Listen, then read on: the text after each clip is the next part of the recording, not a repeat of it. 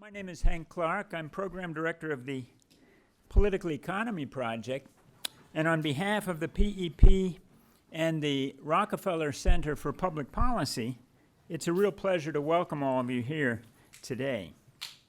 In addition to those two sponsoring organizations, let me also extend a special word of thanks to Joanne Needham, the redoubtable coordinator of the Rocky Center who made this event possible. Would you put your hands together for Joanne? She's just done a terrific job.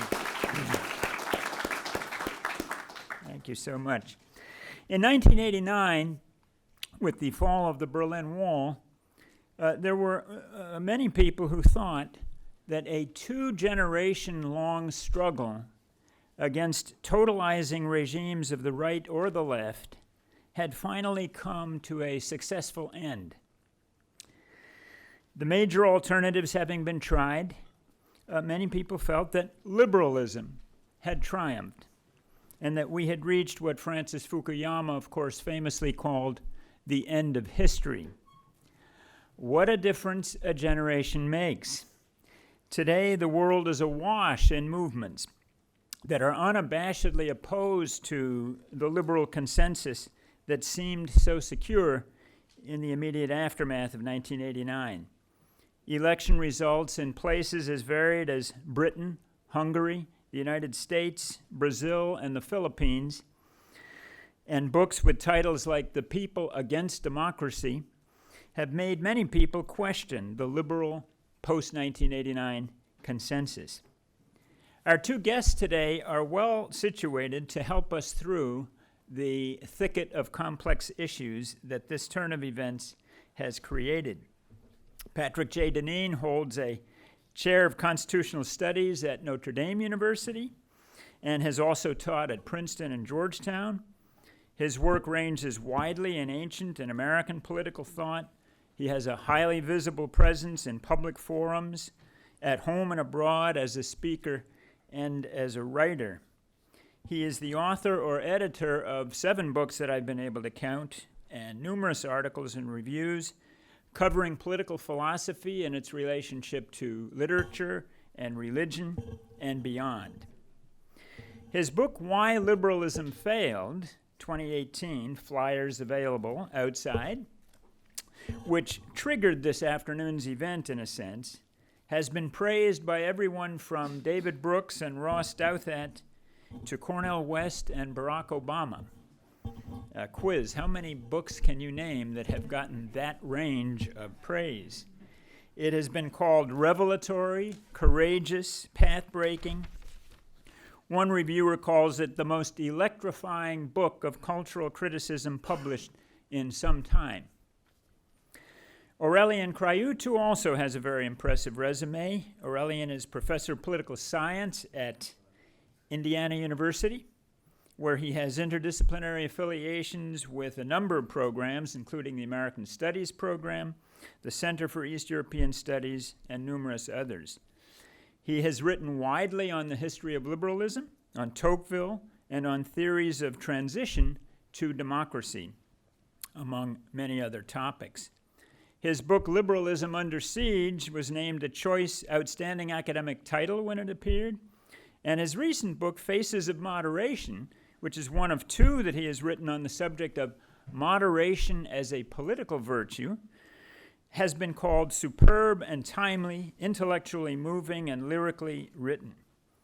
His recent article, which triggered his invitation to this event, is entitled The Many Deaths of Liberalism, with the suggestive subtitle, More than a century of death notices have not diminished the achievements or the necessity of liberalism. So it's wonderful to have these two friends with us today. I thought what we would do is to give our guests a block of time to sort of present their answers to our question, has liberalism failed?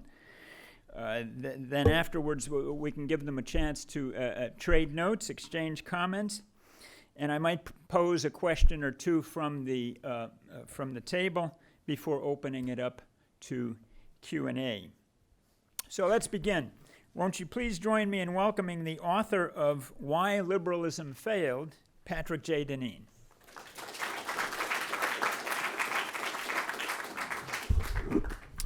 Thank you so much, Henry, and thanks to my dear friend, long friend, old friend, Aurelian Craiutu. We were just reminiscing. I was on his dissertation committee, so watch out when you produce a student who will turn around and attack you. But I was recalling that we had our photo taken together about 20 years ago, right after his dissertation defense, and you couldn't tell from that photo who was the student and who was the teacher. I was a very young assistant professor, and he was a very aged graduate student. But it's wonderful to be with my friend, dear friend Aurelian, and it's wonderful to be back at Dartmouth. I was here several years ago talking, I think it was about liberal education at the invitation of Professor Murphy, who I'm told is not here today. I'm sorry to miss him. I flew into Manchester earlier this morning, and for me, it's like coming home. I grew up in Connecticut, outside of Hartford, and we spent 2 weeks out of every summer growing up in north central New Hampshire, where we would go to a lake and spend 2 weeks swimming and frolicking about the woods. And so it's really, it just makes me happy. It feels like home. So I'm really delighted to be here. We'll see how I feel by the end of our event. Aurelian has written, along with a colleague, Daniel Cole, has written a very provocative response, in part to my book, but I think a response more broadly to the conditions that Professor Clark was just describing, the palpable sense of crisis that we now are living through that is affecting the status and the condition of liberal democracy, not only, of course, in the United States, but in countries around the world. More or less, almost all of the advanced liberal democracies in the world, both in Europe, in England, and in the United States, are going through deep and profound dislocations as we confront, in many ways, the advanced condition of liberalism, of neoliberalism, of advanced conditions of capitalism and political liberalism. In that article, Aurelian, I'll just say Aurelian, and I'll assume that it also means your colleague. Aurelian makes an empirical claim that I think was just summarized, that liberalism has not died, although its death has been declared often, at least since 1900, if not earlier. And the article also makes a normative claim that I think was also implied in the subtitle, that we should not wish its death, that we should appreciate its many achievements, that it is better than all of the known and foreseeable alternatives, and that, in the introduction at least, that it even meets the criteria of what Plato would have regarded as an ideal regime, or perhaps even John Rawls would have regarded as an ideal regime, that it is the best approximation that we have of a fair and just society. That's the basic claim of the article that was written by Aurelian and his colleague. An empirical claim: liberalism has not died, in spite of frequent claims to the opposite, and that it is in fact something that we should embrace. Now, it's worth debating both of these points, and I'll try to lay out some of a response to both of these. But I want to begin in part by setting my own argument apart from what I think the argument that Aurelian makes in his article. In fact, I don't claim in my book that liberalism has died in the sense that it has ceased to exist. It is lying on the hospital table about to be dissected. Rather, I argue that it has in fact succeeded beyond the wildest imaginings of its architects, that it is in fact deeply and profoundly with us, that it is deeply and profoundly successful. But in its very success, it has in fact, in a kind of ironic and even paradoxical way, it has failed, because it has both become fully itself, what it set out to do and what it set out to achieve, but in becoming fully itself, it has also fostered conditions opposite to the ones that it claims it wanted to achieve. My argument will be familiar to Aurelian, certainly, and many of you as well. It's simply cribbed, in fact, more or less stolen from Alexis de Tocqueville's Democracy in America. At the conclusion of Democracy in America, Tocqueville argues and concludes that book with a long discussion of the tendencies of democracy, we might say liberal democracy in particular, that over time it will become, in a sense, fully itself. It will realize its own inherent logic. And in becoming fully itself, it has the danger of becoming, in a sense, its opposite. And he describes in one of his last chapters of his great book, Democracy in America, how a despotism might arise from the very heart of democracy, what he calls the possibility of a democratic despotism. And it's that paradoxical sort of movement of a regime both becoming fully itself and in doing so becoming its opposite, is really the movement that I was attempting to track in the course of my book. In particular, that the achievement, especially, of the ambition of the architects of liberalism to create a society, a world defined by a certain kind of liberty, would actually leave us increasingly in a condition of a kind of powerlessness and even feeling that we lack a certain kind of deep form of liberty. Now, part of what we might do here today is debate over definitions, and there's some of that in the article. What do we mean by liberalism? And Aurelian rightly points out this is a multifaceted word with many different lineages, many different histories, many different founders. And we could debate probably for the entire hour, hour and a half, 2 hours, and probably for the next several years what we mean by liberalism. But let me stipulate a kind of definition, or at least how I think of it. And we might want to debate about that definition, or at least stipulation. But let me at least put on the table what I mean, or what I think I understand liberalism to be. And the first thing we should recognize is that the word liberty that forms the core of the word liberalism is very old. It predates, I think we would agree, it predates whatever it is this liberalism is. The word liberty predates liberalism. It has its origins in Latin, in Rome. There's a Greek equivalent. Those of us who go to Liberty Fund conferences, there's an Aramaic equivalent, cuneiform equivalent, and so forth. It's a very ancient word, and it's a very ancient concept. It wasn't invented by John Locke or John Stuart Mill or John Rawls. The concept of liberty goes way, way back. We could say it's built into the human understanding of what freedom is. And yet what I think liberalism, in essence, really is a transformed definition of liberty. It takes a very ancient word and gave it a new definition.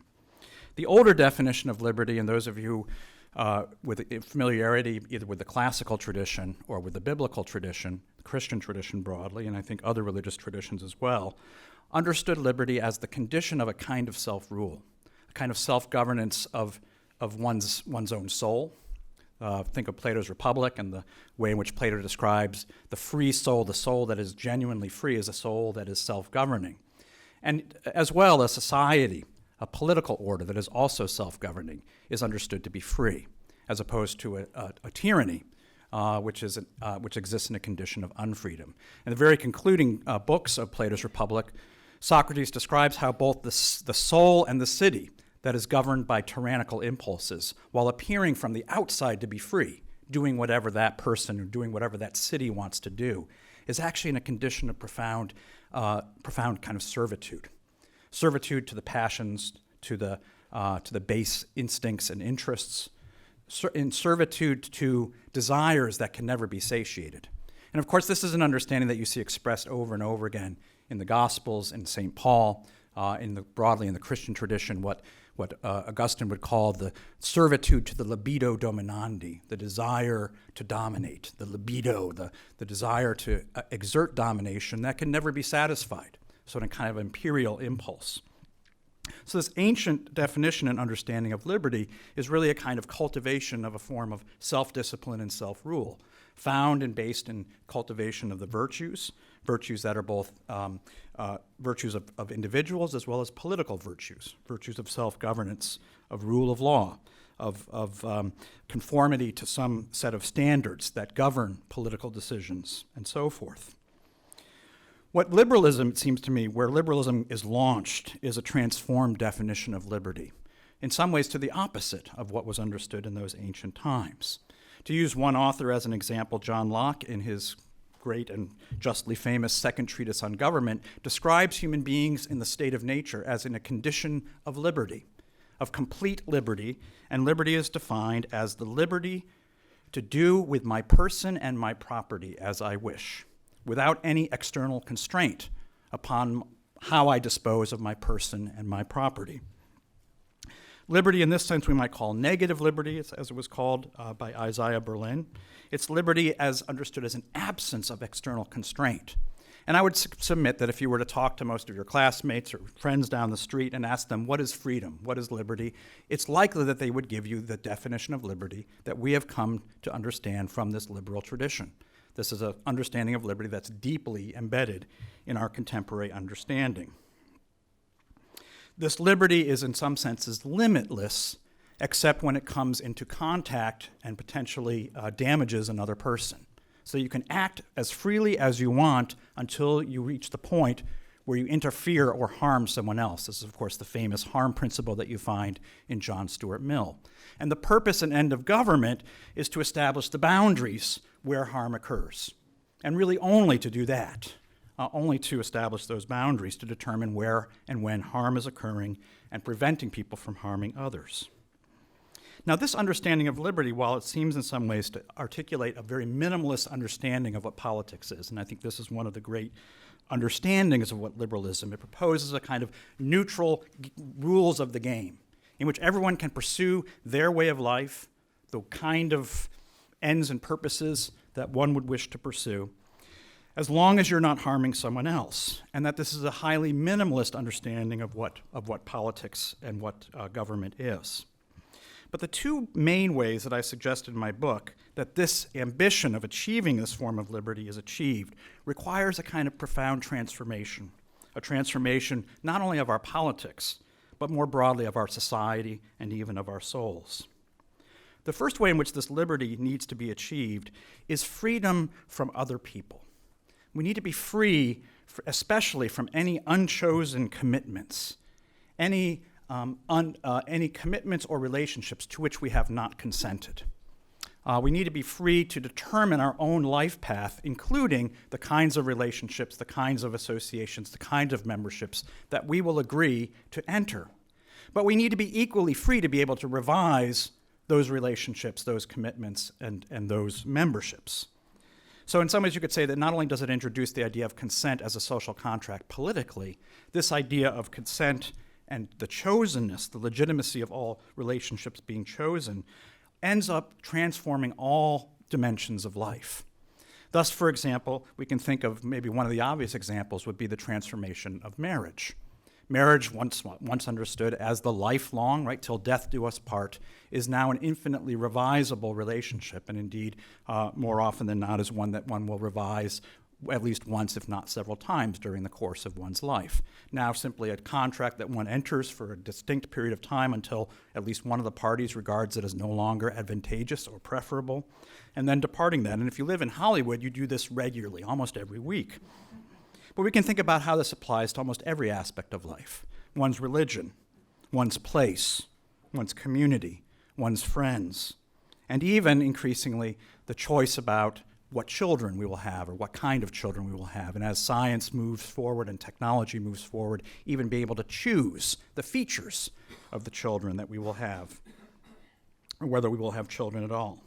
This is one main area of liberty, of this modern liberal understanding of liberty that ends up transforming the world. This seemingly minimalist theory of liberty ends up having a very thick impact in the way in which we interact with other people in the world.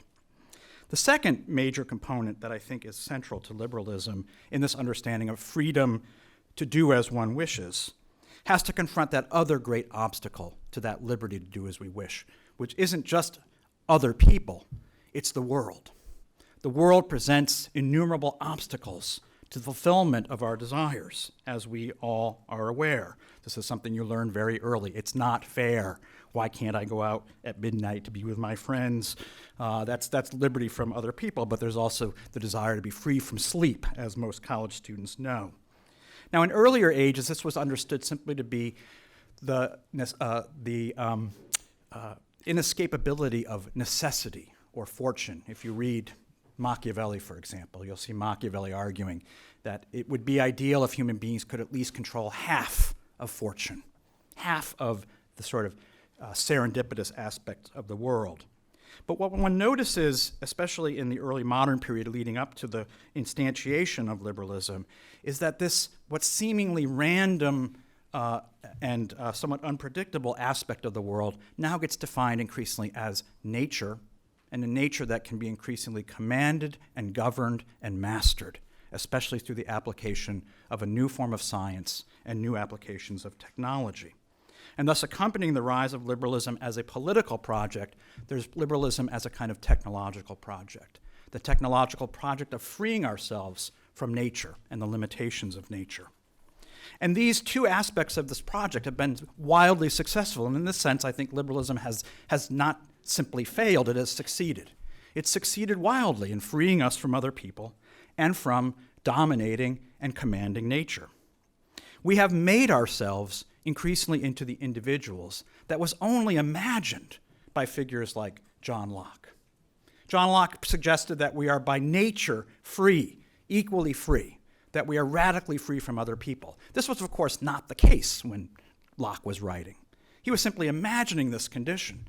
But if we look around the world today, and indeed if we, God forbid, actually talk about social science, which I occasionally do from time to time, one of the remarkable and consistent findings from my discipline, political science, and from sociology, is how successful we have been in making ourselves into the individuals that was once only imagined as a kind of fanciful possibility. We have freed ourselves increasingly from place, from family, from religion, from marriage, and from children. We are increasingly liberated from the kinds of bonds and relationships that once would have been thought as defining what a human being is. And when we take on those bonds and relationships, one of the findings of social science is how easily and often how quickly we will remake, or revise, or even rethink those sets of relationships. Now, what was imagined as a kind of fanciful possibility in the state of nature, in fact, can't exist easily in the real world, as we know. I mean, among other things, we're literally not just created like mushrooms that blossom up out of nothing, as Hobbes once described human beings in the state of nature. We're not just human beings that pop up as mushrooms do from the lawn after a watering. We require fairly thick relationships, certainly as we grow up. Hopefully we have good parents. If you're students at Dartmouth, I assume you had a pretty good upbringing. It's not easy to get into a place like this. But increasingly what we see is that we require a massive apparatus to create the conditions that allow us to be free from other people. It's not easy to do in the world of reality. It's not a natural condition. Right? Bertrand de Jouvenel, the great French intellectual, once said that the arguments of the social contract thinkers were clearly arguments by childless men who had forgotten their own childhood. What in fact is required to create individuals in this way is an increasingly large, centralized, and powerful state, and an increasingly global and powerful economic order that creates the conditions of our liberation. It simply doesn't exist by nature. It actually requires an increasingly large and centralized state, the thing that we think that liberalism allowed us to get away from. Right? The ancient kings would have, to use a phrase, peed in their pants, sorry, this is being recorded, to think about the power that might be available to them, that is available today to the leader of the United States, or even the leader of most Western liberal democracies. The kind of centralized power and authority, the ability to have surveillance, the ability to accumulate data and knowledge about everything, in a sense that we do, is the kind of power that would have been only dreamed of by ancient tyrants. The condition of liberty requires the growth and extension and expansion of a centralized state that creates the conditions of our freedom. Right? Everything from the international highway system to the airports that allowed me to fly here today, to the conditions that create the possibility of us traveling and moving throughout the world with ease and safety, requires an increasingly large and robust state. And as we become freer, as we become more liberated from people, we're going to need the state to take care of us. I was just listening to reports today that Social Security will be insolvent by the year 2020. Good luck, those of you who are planning to retire anytime after 2020.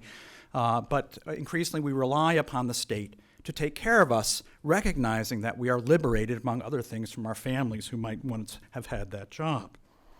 And then similarly, we need an expansion of an economy that presents to us the possibility of doing anything, of living anywhere, of being anything, and of pursuing any desire and any wish that we might have in a kind of borderless world, the globalized economy that we have largely created today.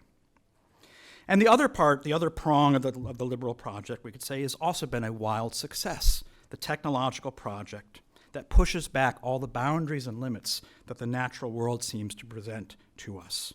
We have superseded place, as I just mentioned, air travel, We haven't gotten transporters yet, but I'm told they're working on that. But the internet, of course, is a version of the transporter, allowing us to be anywhere but where we are. If you ever watch students walking around campus, just try to stay out of their way because they'll just run right over you. But think also not only how we've transformed the natural world, but how we're increasingly transforming human nature, making human nature in some ways subject to the same conquest as we have done to the natural world. Not only, of course, the curing of many diseases, but the overcoming of increasingly the scientific capacity to replace natural reproduction with artificial forms of reproduction. The possibility of near infinite longevity, perhaps even immortality, which was one of the visions and dreams of the inventor of modern science, Francis Bacon. Even the possibility of creating a kind of new humanity, of splicing in different genetic pieces to make it possible for us to live on the moon, on Mars, the possibility of really, in some ways, taking over the project that was once thought to be God's domain. Now, all of these wildly successful aspects of what I'm describing as liberalism has, as I'm suggesting, has been a decided success in making us precisely into the kind of person, the kind of human being that was envisioned at the beginning of this project. And yet when we think about at least these three areas I've just discussed, the state and the economy and technology, when we speak of these things today, increasingly we talk about them in terms of a kind of powerlessness, of not having power to govern them, of having created forces that now have their own logic, and in which our own individual sense of liberty, of dignity, even of what Aurelian describes as a system that produces justice and fairness, seems to be a receding aim, a receding sense or consequence of this system. The state is regarded by increasing numbers of people as distant and is controlled by a small cadre of people who really aren't really fundamentally responsive to an electorate that's diffuse and largely unable to exercise any real influence over the political process. The more protests we have as a society, the more protests you see, the more powerless. That's a sign of how powerless and voiceless we are.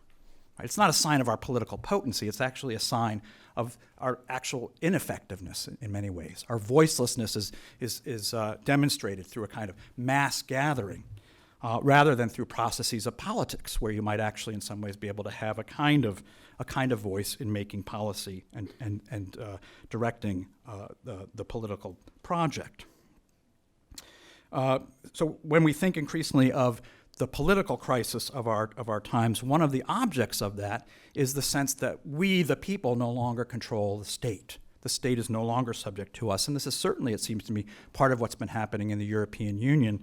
Aurelian and his colleague mentioned countries like Hungary and Poland as grave threats to liberty, but in many ways, these countries are reacting to what they see as a kind of totalitarian imposition of rules and governance through a very distant governing structure in the European Union.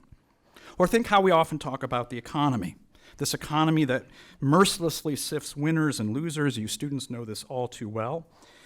It has its own internal logic, and no matter what you might have come to college thinking you wanted to study, especially if you had the druthers to study English or classics or something useless like that, you knew that you had to conform yourself to be a useful economic cog. When somebody asks you, what are you going to do with that degree, you know you have the wrong major. Whereas when somebody says, oh, that's a really good field to be in, you know you have the right major, whether in a sense you chose it because you were passionate about it. But we know that we have to conform to the economic logic of this age, this economic logic that purportedly is one in which we are free, and yet we understand we have to conform to that logic. Increasingly, the economic order is ungovernable by political structures and political governments. We know this, how increasingly multinational corporations exist outside of political authority, and indeed seem to operate a kind of shadow government, often controlling governments through influence of money and lobbying. So in many ways, again, when we speak of the economy, when we speak of the process of globalization, we've unleashed a kind of logic that was supposed to liberate us, but in which we feel increasingly that we have no control over its ultimate outcome. And I hear more often than I can say the same kind of language used to describe technology, as if it is a kind of life force that exists separate from human control and human governance. It simply has its own internal logic. It's almost like an autonomous monster that will gobble up the world. We have no choice. It will unfold in the way that it does. And so when I'm told about things like the development of AI, the development of a workerless world, of robots that will do all of the jobs that's now done by 9/10 of the population, there's nothing we can do about it. This technology, the science that was supposed to liberate us, now increasingly in some ways makes us its subjects. How has this come to pass? How is it that we no longer govern the tools of our freedom, of our liberation? So having said that liberalism has been wildly successful, let me also suggest that in a way it has failed. Because precisely in liberating us, in creating the tools of our liberation, it has left us in this kind of condition of an extreme form of unfreedom. And in doing so, it has generated a powerful reaction, what we talk about today as populism. In the US and around the world, in Eastern Europe, in Britain, in Western Europe, especially in Italy, and now growing movements in France and Germany, and so forth. We see movements that are aimed both at the liberal settlement of both government and economics, aimed at the liberal logic of a borderless and cultureless world, aimed at the condition that mercilessly sifts economic winners from economic losers. This is the order that, again, Aurelian described as creating justice and fairness. The reaction of liberals is increasingly totalitarian, I would submit. Any objection to liberalism is illegitimate. And if you watch broadcast news, if you attend most universities today, you will have encountered this form of totalitarianism in which objections to this order are not simply political arguments, they are whatever, pick your word, bigoted or racist or whatever makes it out of bounds. But increasingly, certain kinds of arguments can no longer be made precisely because they run against the deepest commitments of the regime. And that's when you know the regime is, in a sense, locked in a death battle with what it sees as an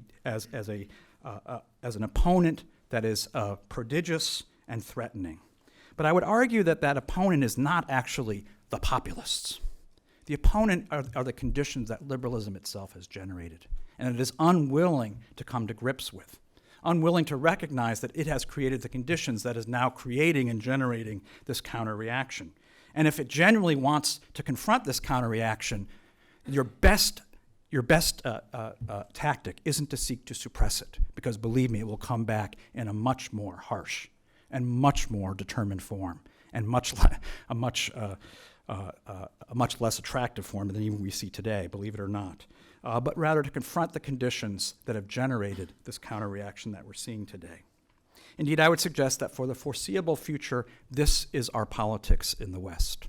We've come to believe that politics is between left and right, between some recognizable form of red and blue.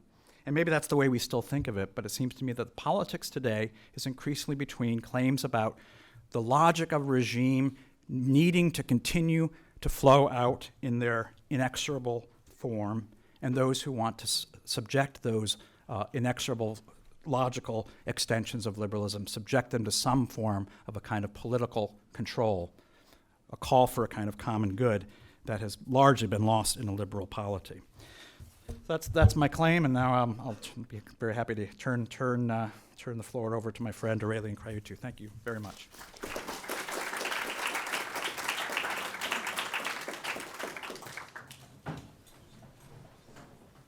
And won't you please join me in welcoming the author of the Many Deaths of Liberalism, Aurelian Craiutu.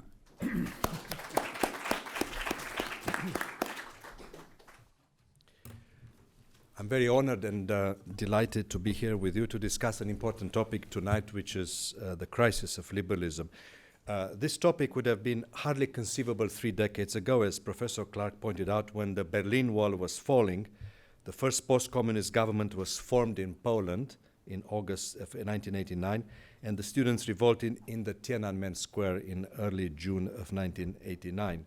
Then, we all celebrated the end of totalitarianism and the triumph of liberal democracy around the world. In that miraculous year, 1989, things accelerated beyond control. There is a joke that says that it took 10 years for communism to fall in Poland, 10 months to fall in Hungary, 10 weeks in East Germany, 10 days in Czechoslovakia, and 10 hours in Romania. At the end of 1989, the world looked entirely different. So when the Berlin Wall came down, those with the conscience of the shipwreck from the other side, the wrong side of the Iron Curtain, believed strongly in the principles of liberal democracy. I was one of them because I was on the wrong side of the Iron Curtain. Today, things seem to be different on both sides of the curtain. Around the world, liberal democracy is indeed in crisis. So says a most recent report of the Freedom House. Liberal democracy is in retreat around the world. So says our distinguished speaker tonight, Professor Deneen. Liberals around the world are treated with utter contempt, along with Freemasons, Jews. They are derided as paid supporters of George Soros, who has become in Europe, as well as in North America, the scapegoat of populist governments. Given this disturbing state of affairs, I think it's vitally important for us to examine why so many intellectuals, left and right, are obsessed with the retreat of liberal democracies. They are certainly not the first ones to do so, and the death of liberalism is not a new topic, to be sure, but the intensity with which it is pursued seems surprising and concerning. 7.5 decades ago, two German exiles, Max Horkheimer and Theodor Adorno, while living in sun-kissed exile, California, and drinking fresh orange juice from the trees in their backyard, far from the war front, wrote about the dialectic of the Enlightenment. They claimed that for all the enlightened ideals of the Enlightenment, its instrumental rationality had produced triumphant calamities. Today, many political philosophers, again on both sides of the political spectrum, some of them living in sun-kissed California, some in the Midwest, follow in the footsteps of Horkheimer and Adorno. They repeat that the liberal project is ultimately self-contradictory, culminating in the twin depletions of moral and material reservoirs upon which it has relied, even without replenishing them. Our distinguished guest and my friend this evening, Patrick Deneen, has eloquently defended this thesis in his widely acclaimed book. He writes, a political philosophy that was launched to foster greater equity, defend a tapestry of different cultures and beliefs, protect human dignity, and of course expand human dignity, in practice generates titanic inequality, enforces uniformity and homogeneity, fosters material and spiritual degradation, and undermines freedom. The conclusion is that liberalism endgame is unsustainable in every respect, and we must reject the belief, give up the belief that our ailments can be fixed by realizing liberalism. So the solution is not more but less. No liberal therapy is, on this reading, advisable or possible. Now, Patrick Deneen writes from the center-right of the political spectrum, but in this regard, he joins the Marxist historian Eric Hobsbawm, who put it just before his death in 2012, as he mentioned in his article in 2012, that none of the major problems facing humanity in the 21st century can be solved by the principle that still dominate the West: unlimited economic growth, technical progress, the ideal of individual freedom of choice, individual autonomy, and electoral democracies. So the alarm that is sounded by these serious scholars is something that we cannot ignore. They claim that the real and serious problems of Western democracies exist not despite liberalism, but because of it. Not because liberalism has failed, but because, to use Patrick Deneen's catchy and paradoxical formulation, it has triumphed. Now, I'm fascinated by the literature of doom. I've been an avid reader of Oswald Spengler's The Decline of the Western World when I had the chance to read it many times ago. I've always been fascinated by those who participate in this vast literature industry of doom.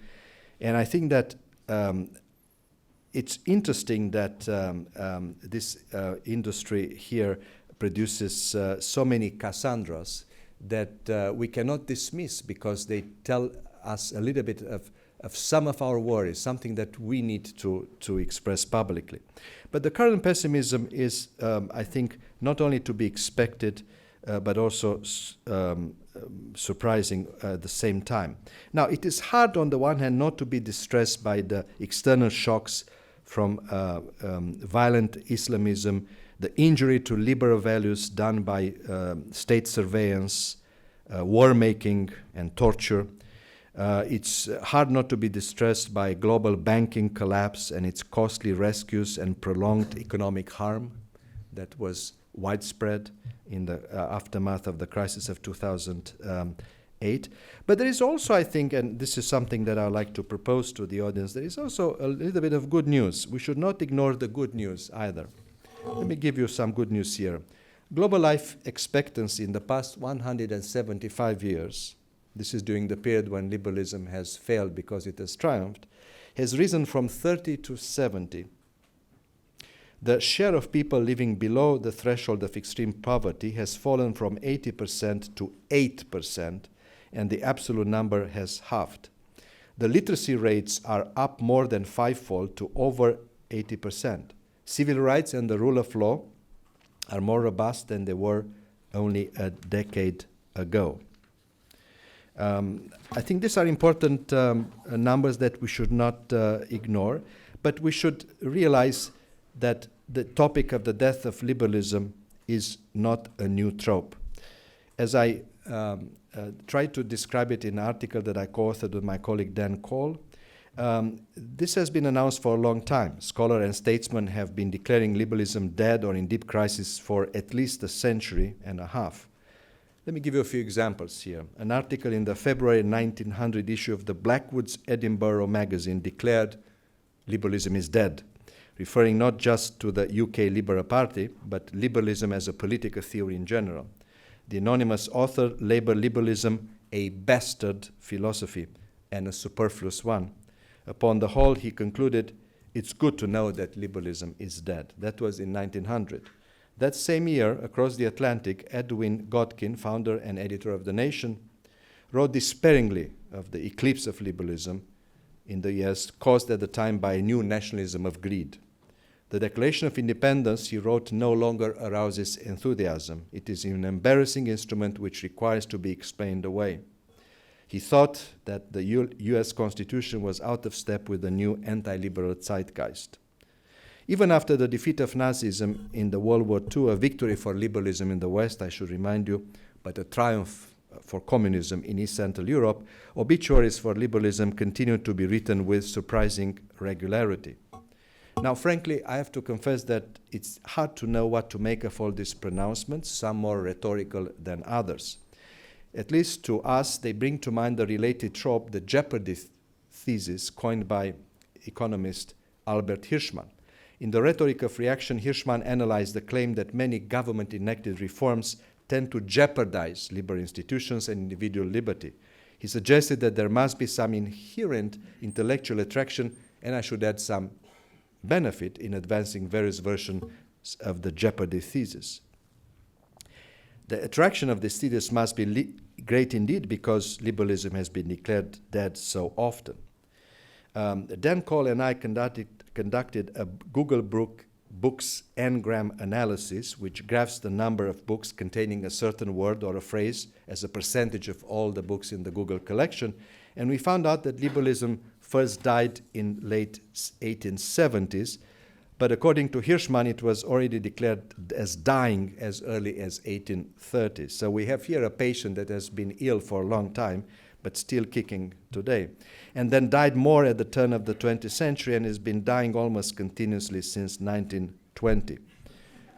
So how can we account for all that? Might it be time to acknowledge that the meaning of liberalism has always been ambiguous? I think so. In fact, few words have received more different meanings and has struck minds in so many ways as liberalism. It does not describe a unified, coherent political theory, as Professor Deneen pointed out, but serves as an umbrella for a large family of theories, philosophical, anthropological, sociological, and political, created over the course of several centuries by a diverse array of authors with disparate notions of what it means to be a liberal and with different intentions. So I think that until we see better what liberalism is, it is hard to know what we are worrying about.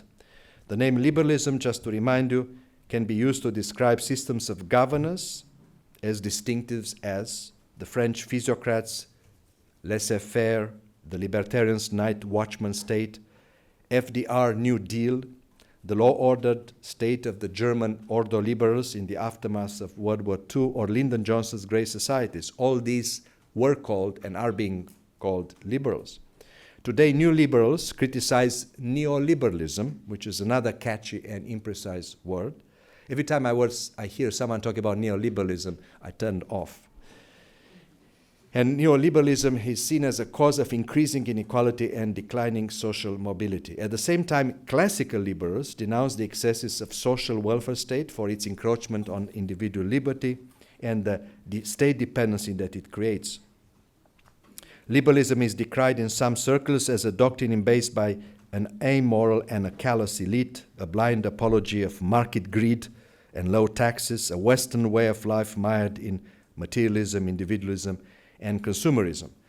Yet, I think, as Edmund Fawcett showed in an excellent book called Liberalism, The Life of an Idea, published by Princeton University Press in 2014, at the heart of liberalism, one finds four broad clusters of ideas that distinguish liberals from both conservatives and socialists. Liberalism affirms, one, the need to accept that we are bound to live with an ethical and material conflict in society. Conflict is ineradicable in society, and we need to learn how to live with it, to regulate it, to moderate it. Number two, power must be distrusted and resisted. Number three, faith in human progress and reason. And number four, respect for people's thoughts and individual dignity, and non-exclusion, civic respect, and yes, toleration of minorities. Now, liberals insisted on pursuing all these four ideas at the same time, Edmund Fawcett writes, and I think he's right. But liberalism critics often saw in this a form of incoherence. But there may have been something important in this regard. Liberalism's attempt to pursue all four ideas, again, conflict, need to resist and distrust power, faith in human progress and reason, and respect for equal dignity of individuals, liberalism attempt to pursue all of these four may be seen as a form of courage and strength, a work in progress, a sign of endurance, vigor, and life, not only of weakness and incoherence. It should remind us that liberalism is a fluid and capacious story, even if it's not indiscriminate. Not everyone is a liberal, but it's a big tent, a big family that displays a recognizable degree of unity and continuity. And also it should remind us that liberalism presupposes a series of moral sentiments and a distinctive political temperament. Liberals recognize the value of free and open societies predicated upon separation of powers, toleration, pluralism, and the infinite value of individual personalities. The liberal program is this: toleration, freedom of thought, freedom of opinion, fair play, discussion and debate in lieu of violence and the fist, trial by jury, publicity of proceedings, no arbitrary power, opposition to fanaticism of all sorts, the existence of criminal laws and the right of legal action against the agents of the state who must be held accountable, economic liberty, and yes, private property. And there is also the liberal idea of reason, which is linked to the absolute pursuit of truth, the rejection of every form of obscurantism, myth, and bias. The list could go on, and I think that it's important to acknowledge that liberalism is a big tent, and it's a tent that is capacious and sometimes incoherent, but not always. So the question is, what are we to do with this conceptual fluidity once we acknowledge it?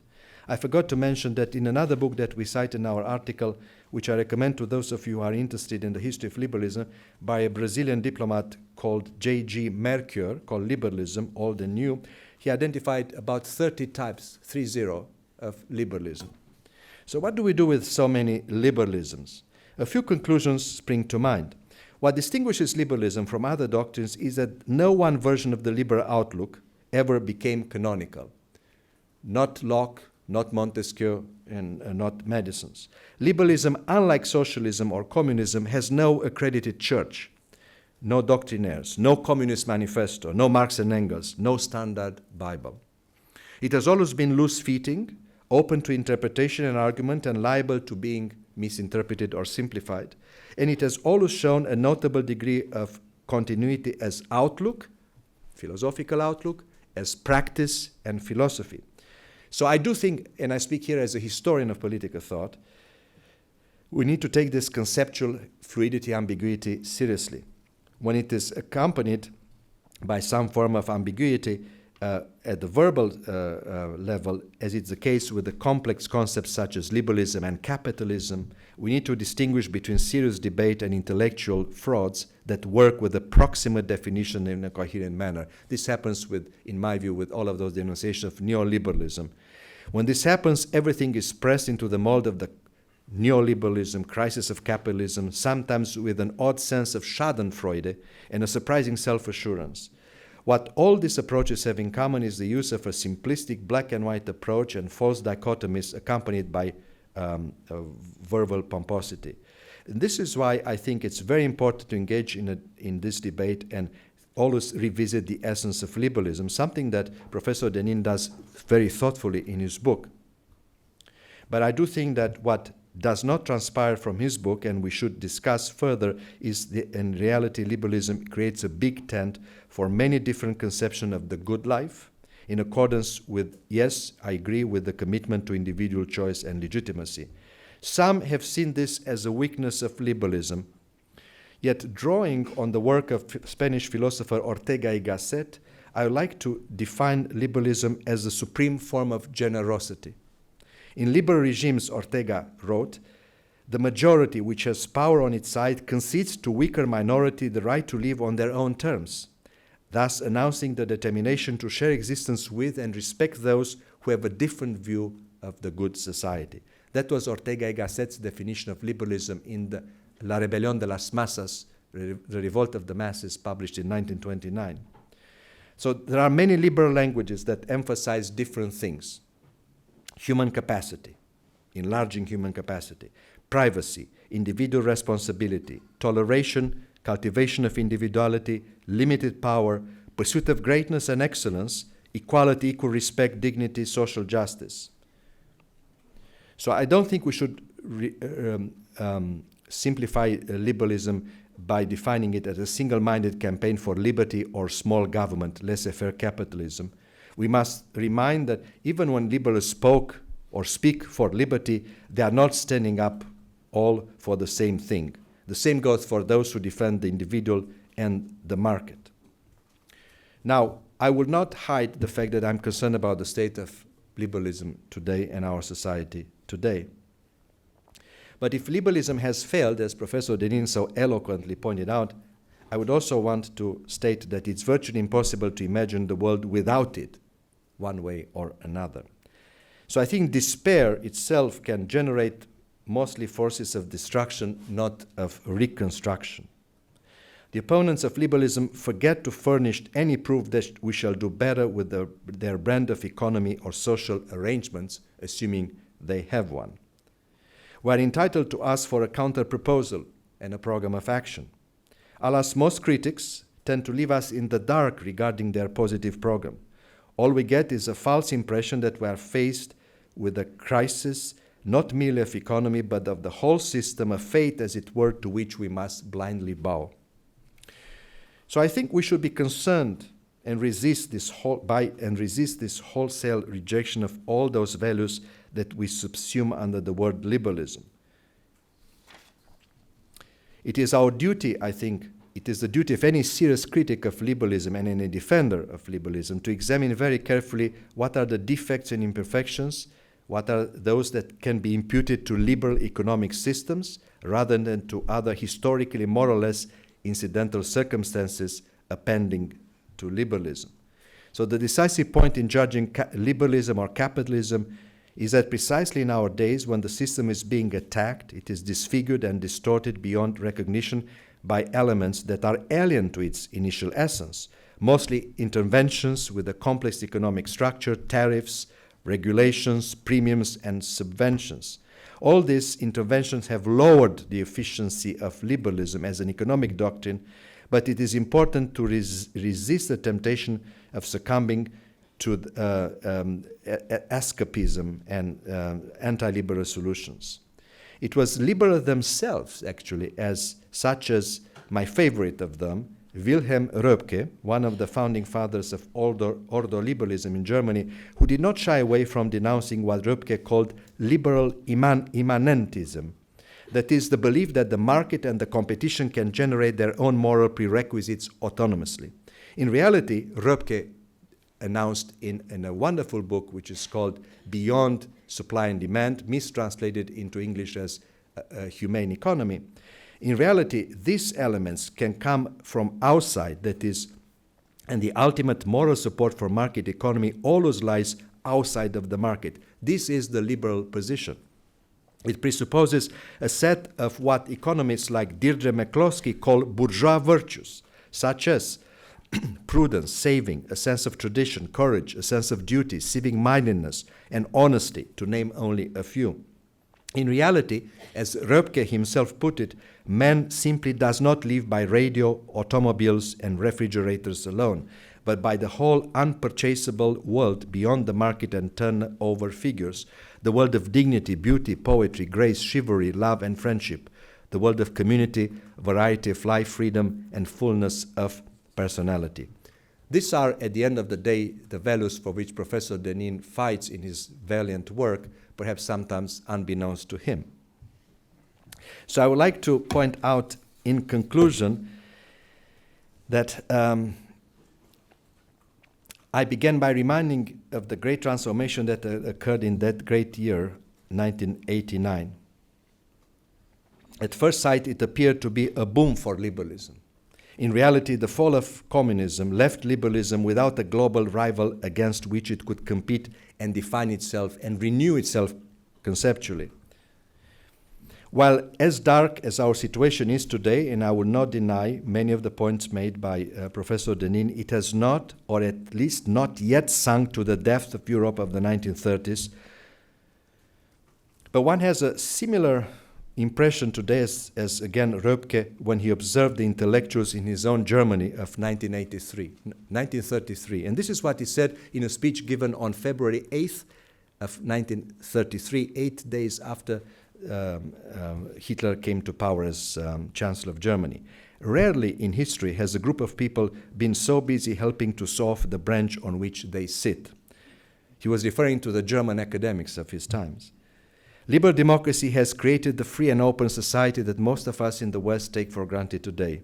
It has brought with it a level of freedom and prosperity unparalleled in human history. To reject liberal democracy, especially in our hour of crisis, as an alarming number of academics on both sides of the political spectrum tend to do, would be, again, to saw off the branch upon which we all sit so comfortably, so proudly. In the end, liberalism neither promises nor delivers ready-made panacea solutions to our problem. It is, and should never be, it's not a shorthand for universal bliss, nor a synonym for utopia. More modestly, liberals and liberalism seek to limit political power and enable individuals, alone or in voluntary association, to experiment freely in various spheres of life. It emphasizes how power ought to be used rather than who should use power. How power is used rather than who should power. That's for the socialists, for the communists, not for the liberals. Liberal democracy creates, in other words, a safety valve that makes revolutions redundant and seeks to solve disagreements in a civil manner in a structured framework. Parliaments, courts, sometimes universities. Negotiations, discussions, civil standards of behavior, courtesy, compromise, justice, reason, reliance on facts. And yes, moderation, a virtue for courageous minds. This is the essence of liberal civilization. So liberalism, as you probably realize by now, is inseparable from the doubts that we feel about it. Those doubts should not cause us to fall into despair. They should encourage us to heed, even celebrate liberalism critics such as Professor Deneen for pointing out its real flaws and helping us find the best means of maintaining and improving our open society. All this, I'm sure you'll agree with me, is a work in progress. Liberalism itself is a work in progress. It cannot fail because it is something that is unfolding. That is why I would like to end you by reminding Gandhi's apocryphal response to a question of what he thought about Western civilization. Gandhi said, after reflecting for a moment, it would be a good idea. This time, let's apply the same words slightly amended to liberalism itself. It would be a great idea. Thank you very much.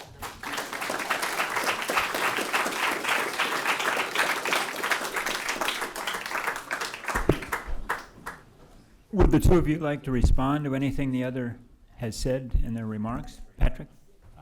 I'd love to open it up if you're all right with it. Let's open up.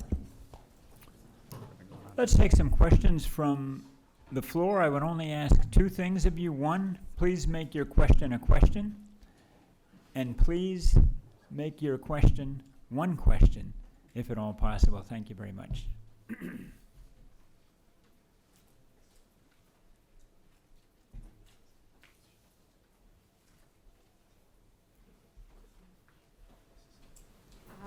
What do you see the role, can you hear me? What do you see the role of religion in a liberal democracy? Either one of you. Well, how long do we have? Yeah, you've asked the most vexed question. The two things you're not supposed to talk about are politics and religion, I'm told. Well, you know, there's the story of liberalism, and I'm going to call it a story. The story of liberalism is that liberalism arose out of the wars of religion in order to provide what I described earlier as the neutral territory in which people of varying beliefs could, in a sense, bracket their beliefs for public purposes and live their lives as they saw fit, especially under the protection of that first freedom, the freedom of religion, freedom to practice one's religion, and, you know, enshrined in our First Amendment. And there's a reason it's in the First Amendment was precisely that there would be the protection of religious liberty. But that story contains another element as well, which was a deep concern, I think, especially among the more, let's say, forward-minded, enlightened figures who themselves were skeptical of religion, if not outright unbelievers, that religion's role was largely one of danger, of provoking and providing division within society, of obscuring the possibility of enlightenment, of presenting a kind of danger to society. So you had a kind of dual founding within liberalism. The belief that it should be protected as a kind of a practice that could be pursued by either individuals or groups of people as they saw fit, and a deep suspicion that religion was actually baleful, that it was suspect.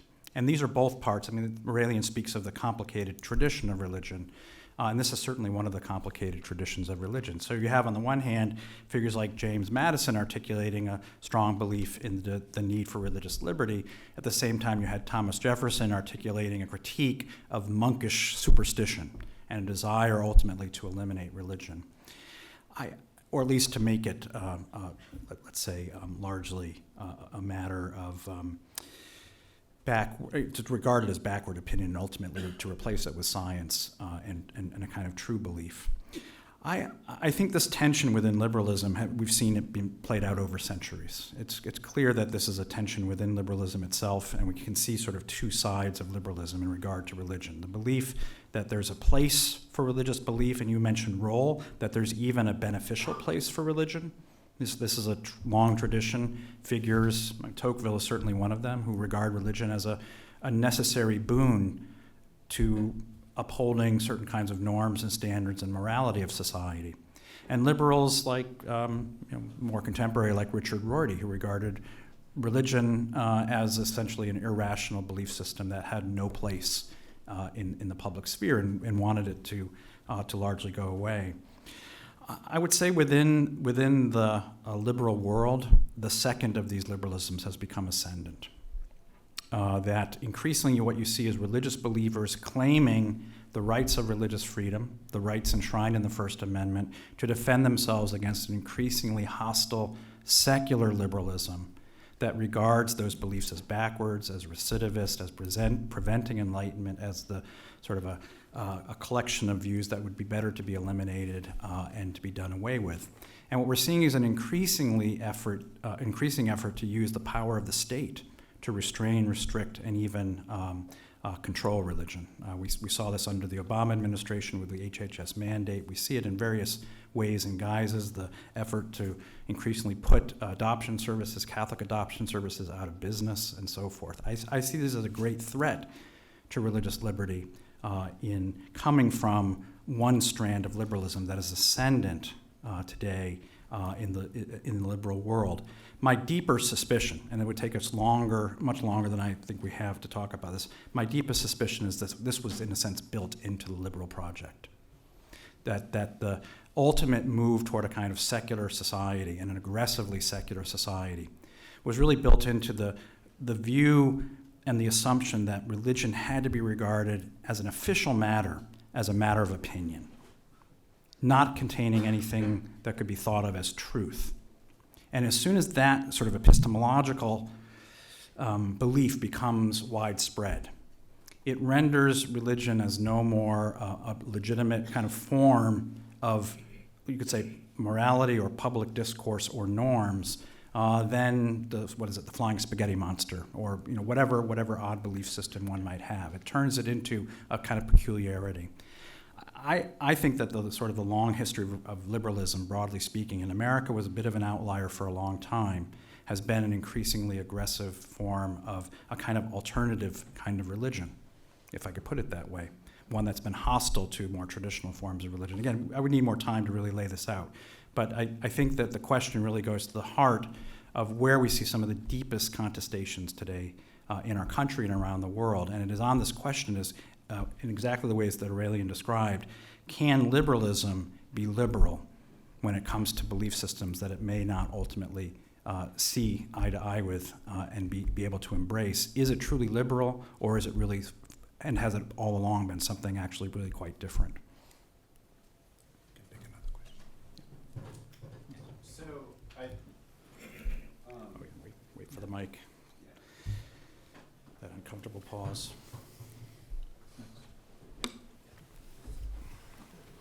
So I think you declared a bunch of times how previously in history, which I think both of you guys mentioned this, that liberalism has been declared dead or dying, kind of as it has been in the current cultural moment. Would you say that there's would you say that this particular instance of it is particularly different? And it seems, just if we look at previous moments like 1920s Gilded Age, that kind of moment, liberalism has to a certain extent reset in those kind of under a new equilibrium. Do you see that happening in this current era? And if so, how do you think that will manifest itself? So I cannot answer the question correctly, but I would say that liberalism, this is a moment for liberal reinvention.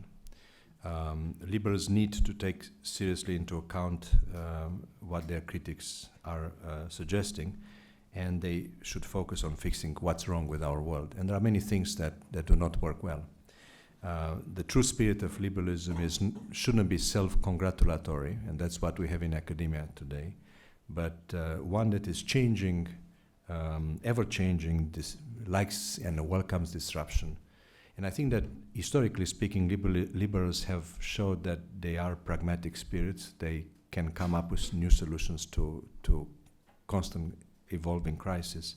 And I think that should happen again. But there are three things that liberals need to do. They need to tackle the issue of inequalities in our society. Our society is out of whack in that regard. The second issue is liberals need to take religion seriously and nationalism seriously. I would say that in this regard, liberals have done a little bit better than Marxists, because according to Marx, religion and nationalism were supposed to disappear. Some people say Marx was a good prophet. Well, Marx was a very bad prophet, because we are, again faced with nationalism, religion, We need to take this seriously. So liberals need to take religion and nationalism seriously, number two.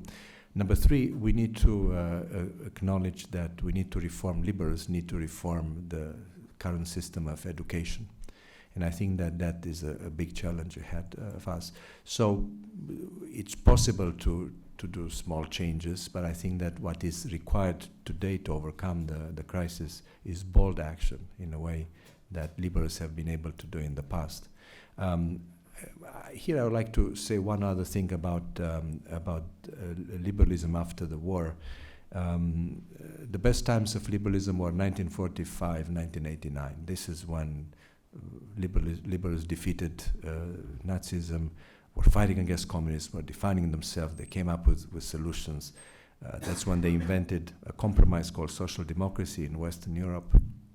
There were good days and bad days of social democracy, but there was a consensus there. And it was also made possible by what is today known as the European Union, which started as a much modest proposal between France, Germany, and Italy. So I think that it shows, all this shows that it has been done in the past and can, of course, be done in the future.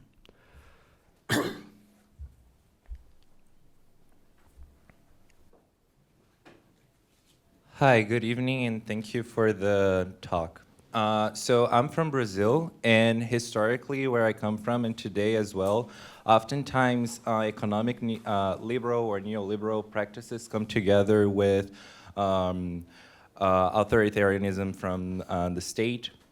So, and also in the post-war era, was also like in the global south or like places like Latin America, rise in like regimes, totalitarian regimes with certain, like at least economically, some sort of like liberal traits. So my question is, what is the role of, like historically and today, what is the role of the global south in this conversation? Thank you. I suspect that neither of us can necessarily speak with expertise about the global south, although I'm fascinated by, I'm fascinated by the interest in my book and in books like my book, not only in the global south where there's interest, but around the world. This book is being translated into 14 languages, including Brazilian Portuguese edition. I'll be traveling to Chile in about 4 weeks to do a series of talks down there. I wrote this book really thinking it was for Americans, and what has really surprised me is the kind of global interest in this subject. And I'm not sure how literally it's going to translate, but I expect to learn a lot in the course of talking to people in these different settings.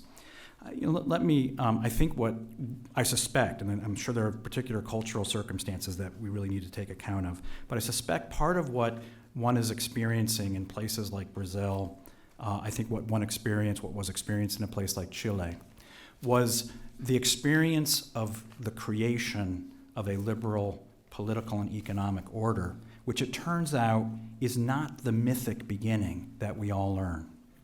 It's not the condition in the state of nature where people come together and rationally decide this is how we want to order our political order and our economic order.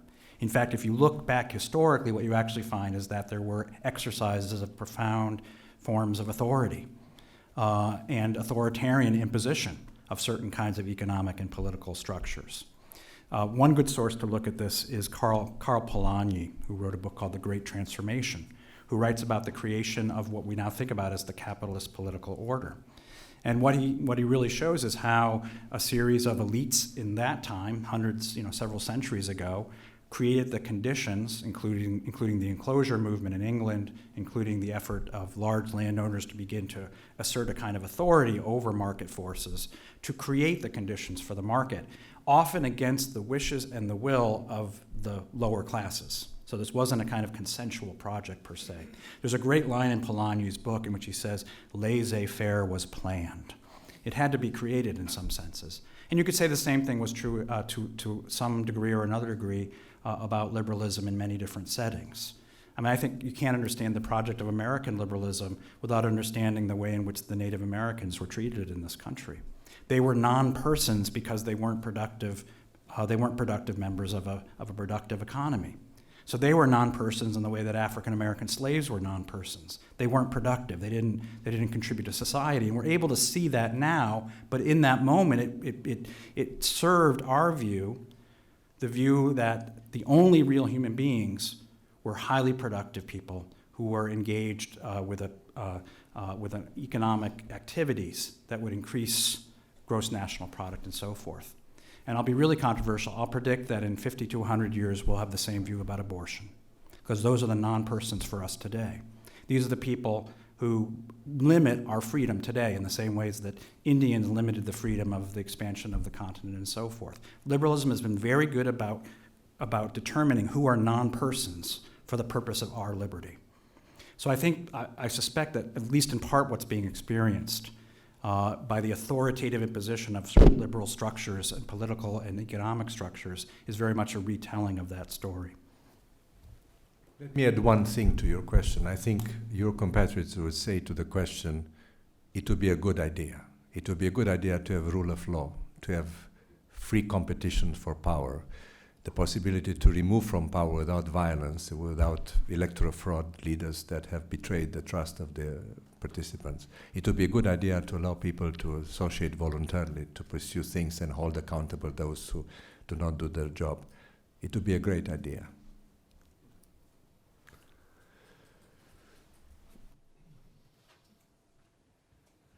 Hi, I'm trying to track. Yeah, hi, Patrick. How are you? I'm trying to track, Patrick, whether your argument is made on behalf of liberalism, against a certain kind of liberal culture, but on behalf of a more invigorated liberal polity, or whether it's really a criticism of liberalism. So when I hear you talk about religion, I hear you describe a situation in which religions aren't being tolerated, in which the state is persecuting the free exercise or limiting the free exercise of religion. And the defense of religious liberty sounds to me like a liberal purpose. So I could go on, but I mean, it sounds like you want a free and prosperous and fair and respectful society, an open society. And that sounds like an improved but very liberal society.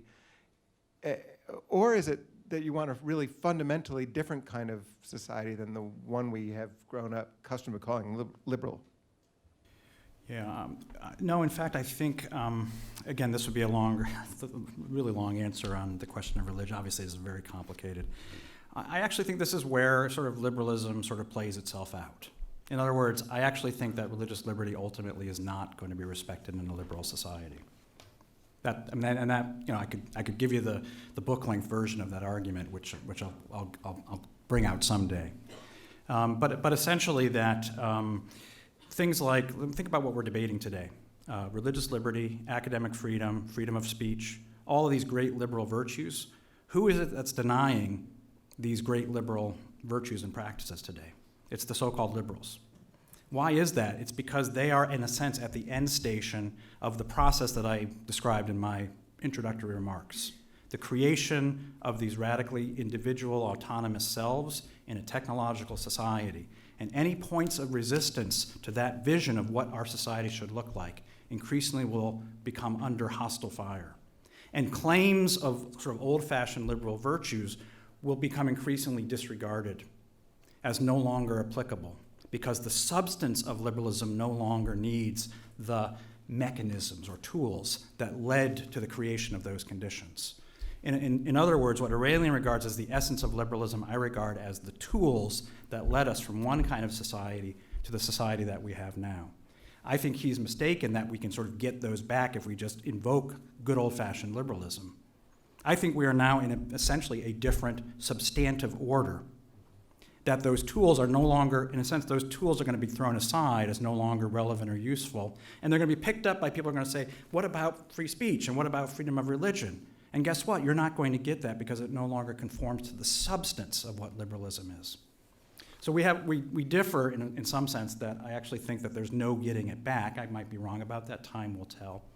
But I think it's no mistake. So in some senses, I guess what I'm saying is that in theory, I guess, yes. But in fact, I think the long-term trajectory of liberalism was always, in a sense, to hollow out those non-liberal practices and institutions, and when it became necessary to attack them head on. It's a very tempting story, the one that Patrick Deneen is telling, and it is a worrying one, at least for me and for you too probably. But I'm reminded that most liberals, such as Benjamin Constant, for example, Madame de Staël, Tocqueville, and her Madame de Staël's father, Jacques Necker, took religion very seriously. So I have reasons of hope when I look back, and they were living during the ages of the Enlightenment and in the aftermath of the Enlightenment. Benjamin Constant wrote a great book called On Religion that he considered to be the masterpiece of his entire life. It's true that in that book he only mentioned the name Jesus once in a 5-volume book on religion, but it was something about religion after all. He also was a great liberal. So in a way, for me, the reasons for hope come from the history of liberalism rather than looking today. I think Patrick is right to point out that there is a dialectic at work there that seems to erode the attractiveness of religion. Thank you, Kyle. Thank you for your remarks. I'm Daniel Bring. I'm a sophomore at the college. So in contrast with this narrative of the death of liberalism, I've encountered as well this very historicist or sort of triumphal argument in favor of liberalism based on the assertions that liberalism has continually provided an increasing standard of living and has triumphed over communism and fascism in the chaos of the 20th century, and will continue to triumph over these populist or reactive forces now.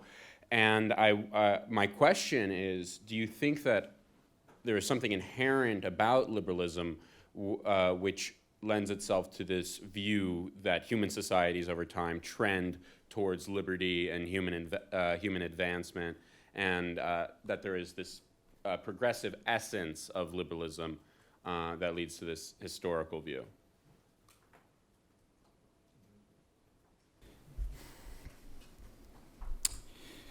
Well,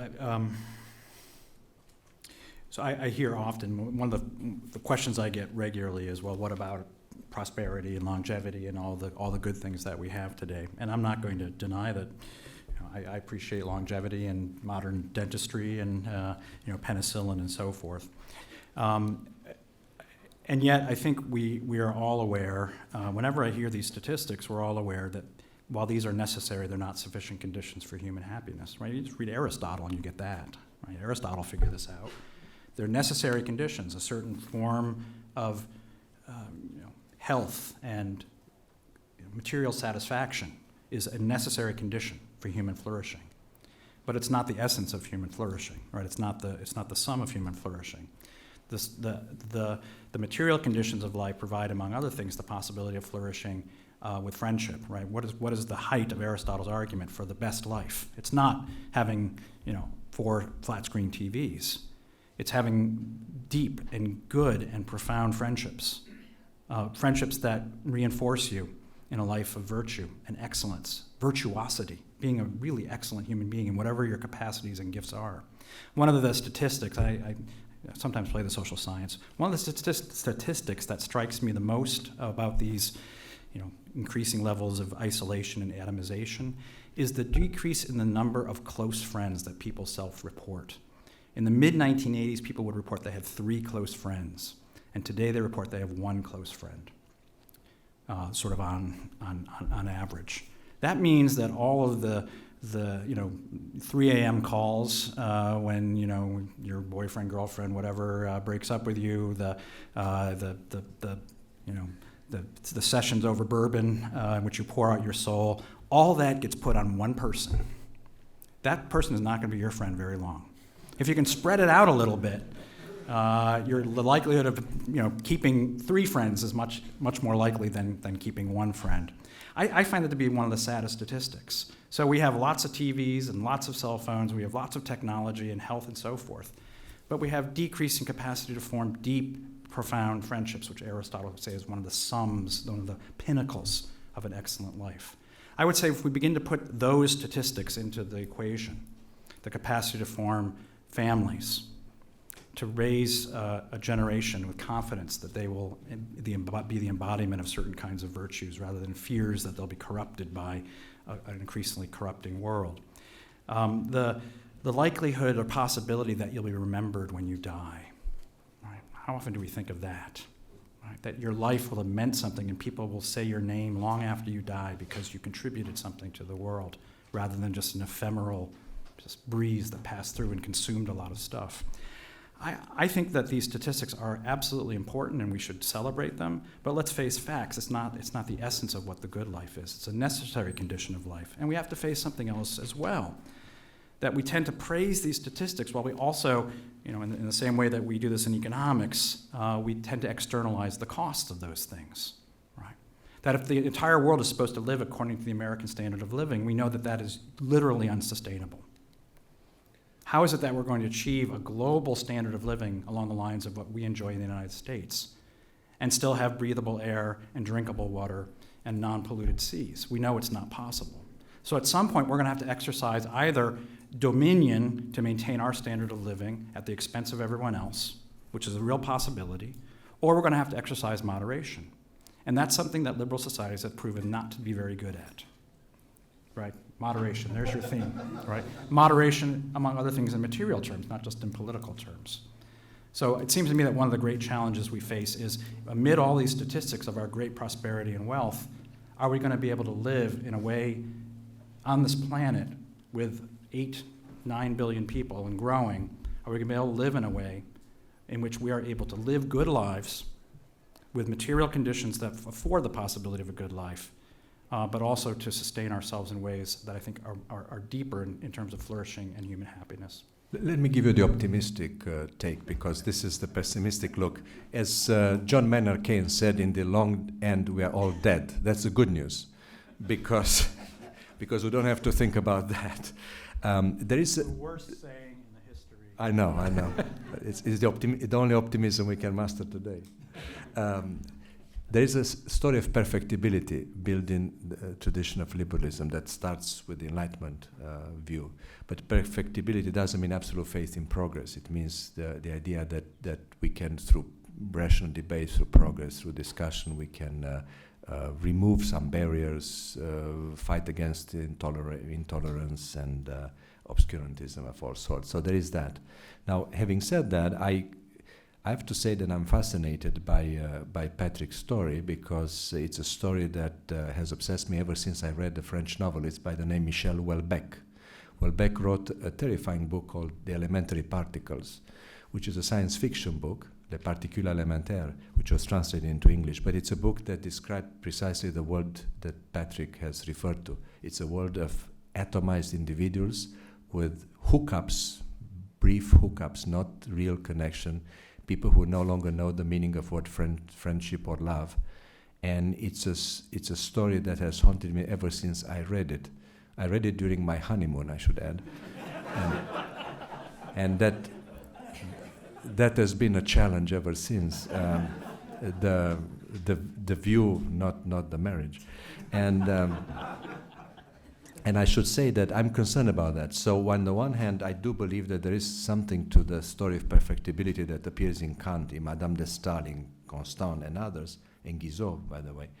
I think that you need to acknowledge very seriously the ills that Patrick refers to in his book.